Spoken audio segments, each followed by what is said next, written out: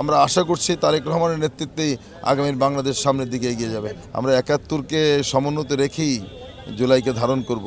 আপনারা তো দেখতে পাচ্ছেন ইতিমধ্যে বাংলাদেশের 18 কোটি মানুষের প্রাণের স্পন্দন বিএনপির চেয়ারম্যান জনাব তারেক রহমান তার রাজনৈতিক শিষ্টাচার দেখছেন।